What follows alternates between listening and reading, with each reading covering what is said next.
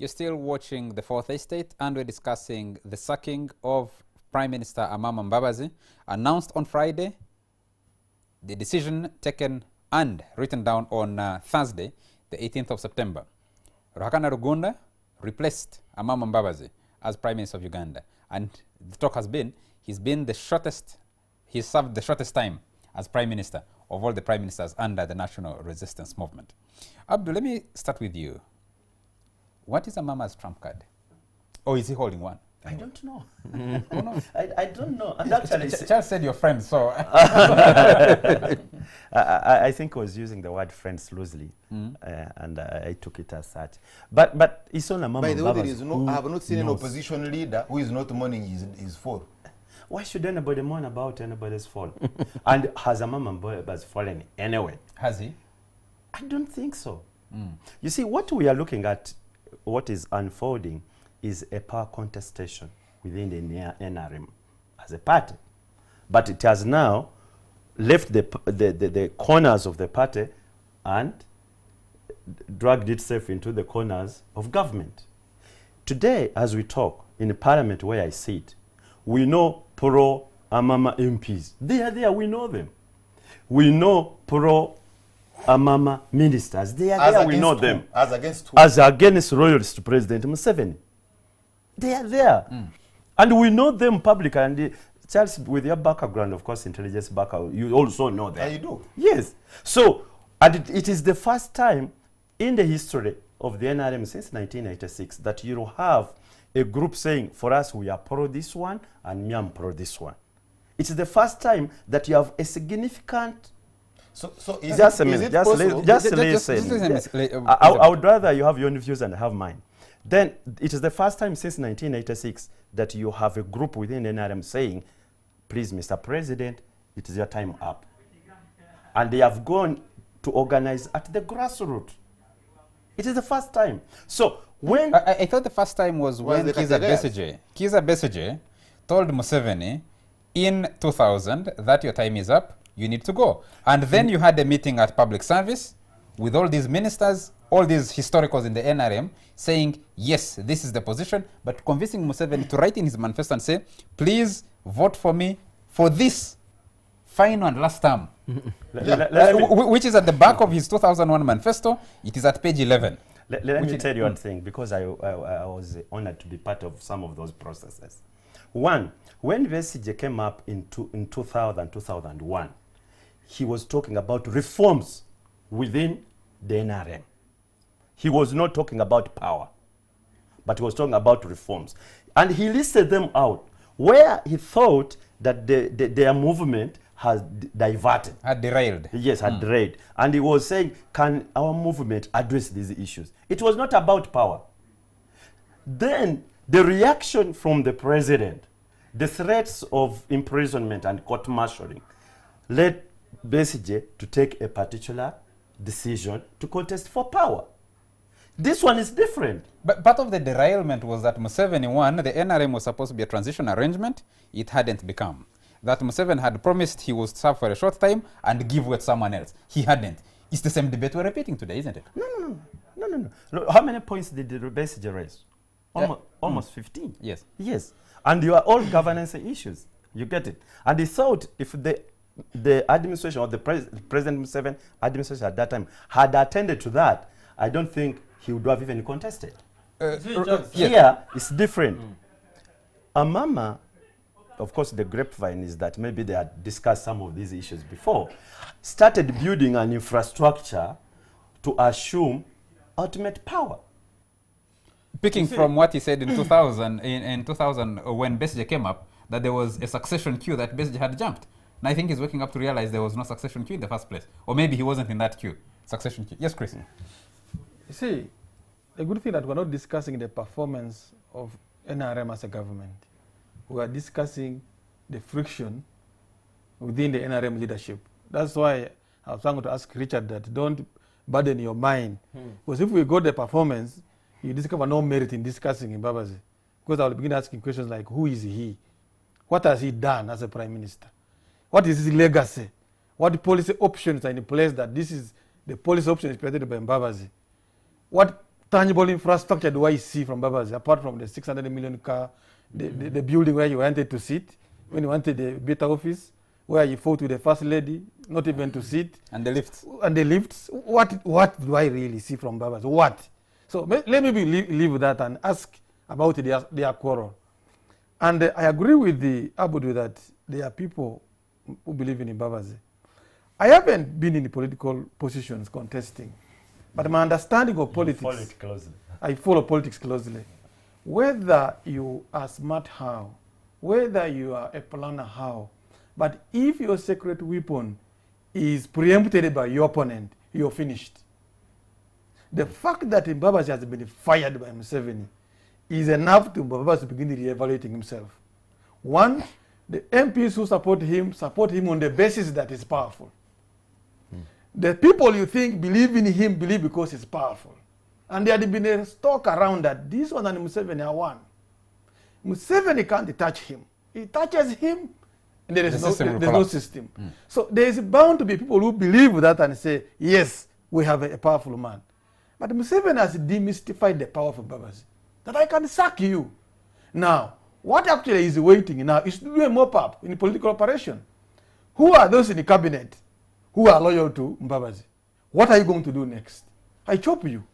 And you are dealing with a country where there are no aggregated political interests, national interests. People support Abdu Katuntu for as long as they can reach him to access a tender. That is not a support base, because they don't support you for the ideals you represent. So what Rwomushana was saying, that when he realized poverty was not good enough to mobilize, he also began engaging in NSSF on other things. But even now, to begin oiling machinery, that machinery is not reliable. The same ministers today who were saying, well, from Mbabazi, tomorrow are going to say, Mzee, that one is gone.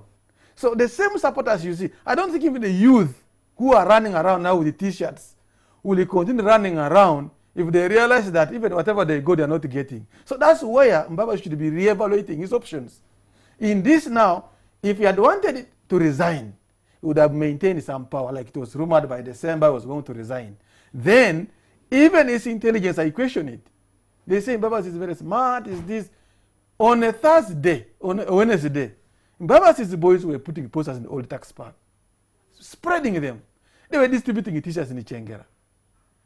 In addition to that, the president asked you give us a register, you're not giving them.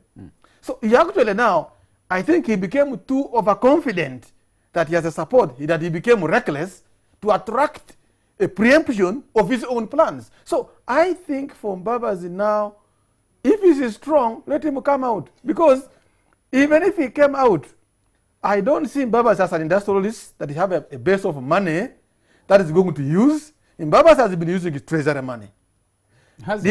Of course, he's the prime minister.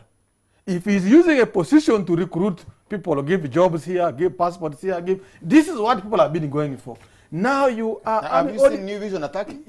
Listen, they're even saying what next for Rugunda. As if what next for... But others have said Amama is sacked. New Vision is not talking about his sacking. So the point here, Charles, is... I wouldn't want Mbabazi to actually be given a false hope. Other than his daughter, his wife, his in-laws, who can stake what they have for him, that pseudo-support he has can be vanquished. Okay. Richard, I need to bring you in on this. Hold on, Charles. I need to bring you in on this. My own analysis has been that from the cabinet reshuffle shortly after the 2011 elections, Mbabazi's infrastructure within the system started getting dismantled. There are a few ministers who had come in immediately after the 2011 elections, whom everybody knew clearly these were Mbabazi ministers. A large section of those were eliminated in the mini reshuffle that followed. A large section of RDCs who were aligned to Mbabazi, we understand, were eliminated in the RDC's reshuffle. And his infrastructure within the networks of the movement over the last, especially since February to today, has either been scattering or has been dealt with. People have been pleading, please, me, I didn't know. We're talking with Chris here about the Mbale businessman who came and said, me, I didn't know, I thought I was serving the party. Please, please, please, please. People have been pleading to try and realign themselves. Do you think he has his team still intact somewhere that he can summon his troops or maybe he has been since Friday. Back to the tactical base. You see, the thing is that I think the discussion we are having shows the crisis that Uganda is going through. And the crisis that Uganda is going through is what is termed patronage politics. The problem with patronage politics is that patronage politics is non-sustainable. So if you play patronage, you cannot be sustained. You cannot sustain yourself. The point being that so long as you lose your position of being Father Christmas, there is no way you'll continue giving anybody anything. And that is, I think, the point that Chris has made. So this patronage politics, transactional politics, which is now the crisis that we are in, for me is worrying. And that's why I am restraining myself even to discuss the man, because I think the discussion about that man called Mbabazi is a discussion about the crisis of Uganda, which is that we pop up these individuals, they look like they are important and useful for us, but actually what we need are institutions. If you think about all our indicators now, our indicators are still in a crisis. The current government is, is still struggling to say health, is still struggling to say this, and that is a crisis in itself. Let me disagree with you. Politics is about individuals everywhere in the world. Anywhere in the world. Yeah, it's about individuals, but not you see, there is no way you will not talk about politics and don't talk about individuals. You see, for me, the point is, it's not individuals. The point is patronage. And patronage meaning that here we are talking about the Mbabazi RDCs, the Mbabazi this, the Mbabazi this, and that is the crisis. One area you're not talking about. And if you don't talk about, if you don't remove that element of patronizing other individuals is what creates the state collapse. Because state collapse doesn't come from anywhere. Now let's contextualize. Abdu is right. But the research is the right in the sense that is looking at it from the end product. Yes, the Katuntus play the politics. The Amama Mbabazi play the politics. What are the products of their politics? That's what it's asking. Yeah. If Mbabazi is playing politics, the byproduct is public order management law. If Mbabazi is playing politics, the byproduct is safe houses. Then he's asking, we are not going to rely on this individual because they are supposed, the dynamics is supposed to produce something better. Because governance issues are linked to the politics. Yes. The political players shape the governance issues. And those governance issues. Richard is saying, how has Mbabazi being a political player at that higher level improved on systems? Zero. I think the mistake we are making is that we are discussing when Amama Mbabazi was out of context. Otherwise, Amama Mbabazi is not a product of politics. Amama Mbabazi is a product of insurgency. If they had lost, you would... It's insurgency politics. That type of insurgency. See, it's a security issue. At the highest level. Let me tell you, Charles. Insurgency is politics. At the higher level. Let me finish my point. Okay, I agree to the amendment that kind of politics, not the Semogerere, not the Dr. Kawanga. Is one way of executing politics. Not the Dr. Kawanga type of politics. I'm looking at the other mode of politics that brought them into power. And that's why we have the other preamble. He was in Foronasa. Foronasa meant construction of networks. Now, but Foronasa was a political outfit, only executed through means of violence. Yes. I'm talking about violence. So I would love that myself look at Amama Mbabazi in terms of violence. If I'm looking at the politics between now and tomorrow, yesterday, today, and tomorrow. So how has he constructed? There is evidence he has constructed in politics when he was at the helm of politics as Secretary General. There is evidence that because of vetting and other things, there are ministers wrote him. But he has presided over security. He has presided over defense for a long time. So why don't we also look at his construction in the defense, in the army? Why don't we also look at his construction and the question I wanted in to put, security? Now, in discussing personalities, Charles, discussing him as a political player or as a personality, do we assume that he actually constructed these things? No, he did. Or did he actually construct them? Because Amama Mbabazi was Minister for Security. He was relieved of that position and given another assignment. he was Minister of Defense, State Minister for Defense, the longest serving He State began Minister for with defense. Yes, with the defense. He was relieved of that position. Did he maintain the networks? Did he continue with them? That's the question we're asking as Prime Minister and his government. Now, what is the impact? You see, General David Tijefuza, when he went to exile. Seju, sir. Yeah, when he went to exile, the first or second protest was in Nambore. In Nambore, if you remember, there was an international march, and people smuggled in posters. You remember, this is a renegade general who is talking about declaring war, but he had a network that smuggled in funds in a football match with posters. Security couldn't beat it. And there were many. Amama Mbabazi has repeated the same during this other last international match we had in Nambore. And the people came in with his posters, with his T-shirts. So you see some convergence. But before Tinyefuza left, he said that there are some of us who are opposed to the MHOS project. So you now have a MHOS project, you have SFC, Special Forces Command, and he mentioned the two. He mentioned Amama Mbabazi, and he mentioned General Ronda Nyakirima. And his statement was in the extreme, that they would actually be killed. I'm the only survivor who has taken off, but those two are dead. And indeed, action has been taken on them. Ronda is no longer in command. No, he said it. He said it. You can ask him. Ronda, figuratively, yes. He said it. He said they will be killed. Ronda is no longer in command. And like Joe Odongo and the others, when he was appointed to political office, he was not allowed to resign. His commission in the military. In the military. And you know what it means? We have had a discussion. The country has discussed it for a long time. Now, it came to Amama. Pressure now mounted on Amama. And when it mounted on Amama, Amama made a statement that you see, you are now reaching the climax. You will live like Mwanguhya Haile Mariam. So, what does that mean? Are we now having a complete configuration of the forces? In my view, this is what I think I should be looking at. What is going on in South Sudan, what is going on internally here, what is going on in Congo, because all those are frontliners. And what are the effects in case President Museveni cannot hold the ground? Then how is his foreign policy? You saw how he changed on Hcisiaga, on homosexuality. What are the implications if he had stayed his ground? What have those done to those? You remember Libya, the settlement he made on Gaddafi, and how NATO obliterated the Gaddafi? Are we seeing a repeat of the obliteration of Gaddafi and Gabogo here? And if those actors were to come in, are you likely to see defectors joining the other group? Because Tinyefuza is not seated. He is mobilizing, and I don't want to take him to be a fool. So you think that you think Charles, that yes, Charles, Rwomushana has a lot of information, having been worked there. But I want us to bring it back to. He seems to be what I know about him is independent. For now, Rwomushana is independent. He's not formally in any. He operates like any other Ugandan now. But while I present all that information, I am hesitant to ascribe a lot of power to Amama Mbabazi. And I think we need to begin discussing realities in this country and help some of these people.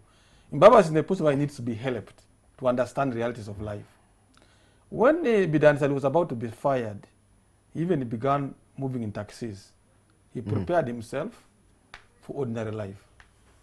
When Kidi Makubia left, even when he was a minister in education, Makubia would be seen on the roads, walking. Yeah, that's Makubia. Even when he fell, nothing seems to be extraordinary to him. So, but we have pumped up Mbabazi to look like is this person who's intelligent, who's high up there. This could be his Waterloo. Don't expect a man to collapse and then tomorrow you laugh. Museveni and Mbabazi are two people, but they have fallen out. And Mbabazi needs, if he's powerful, we need to see his level of politics, other than the background operations.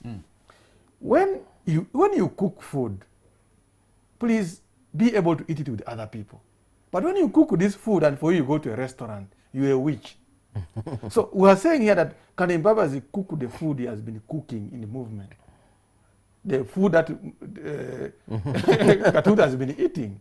Then we realize that this cook was genuine. It was a genuine. But if the cook doesn't want that food and he has been eating, basically has been eating, then the cook is a witch. But you see, hold on. Hold on, just allow him to make his point. So now, while we think Mbabazi is strong, yes, Museveni is not all powerful, but like I repeated last Sunday,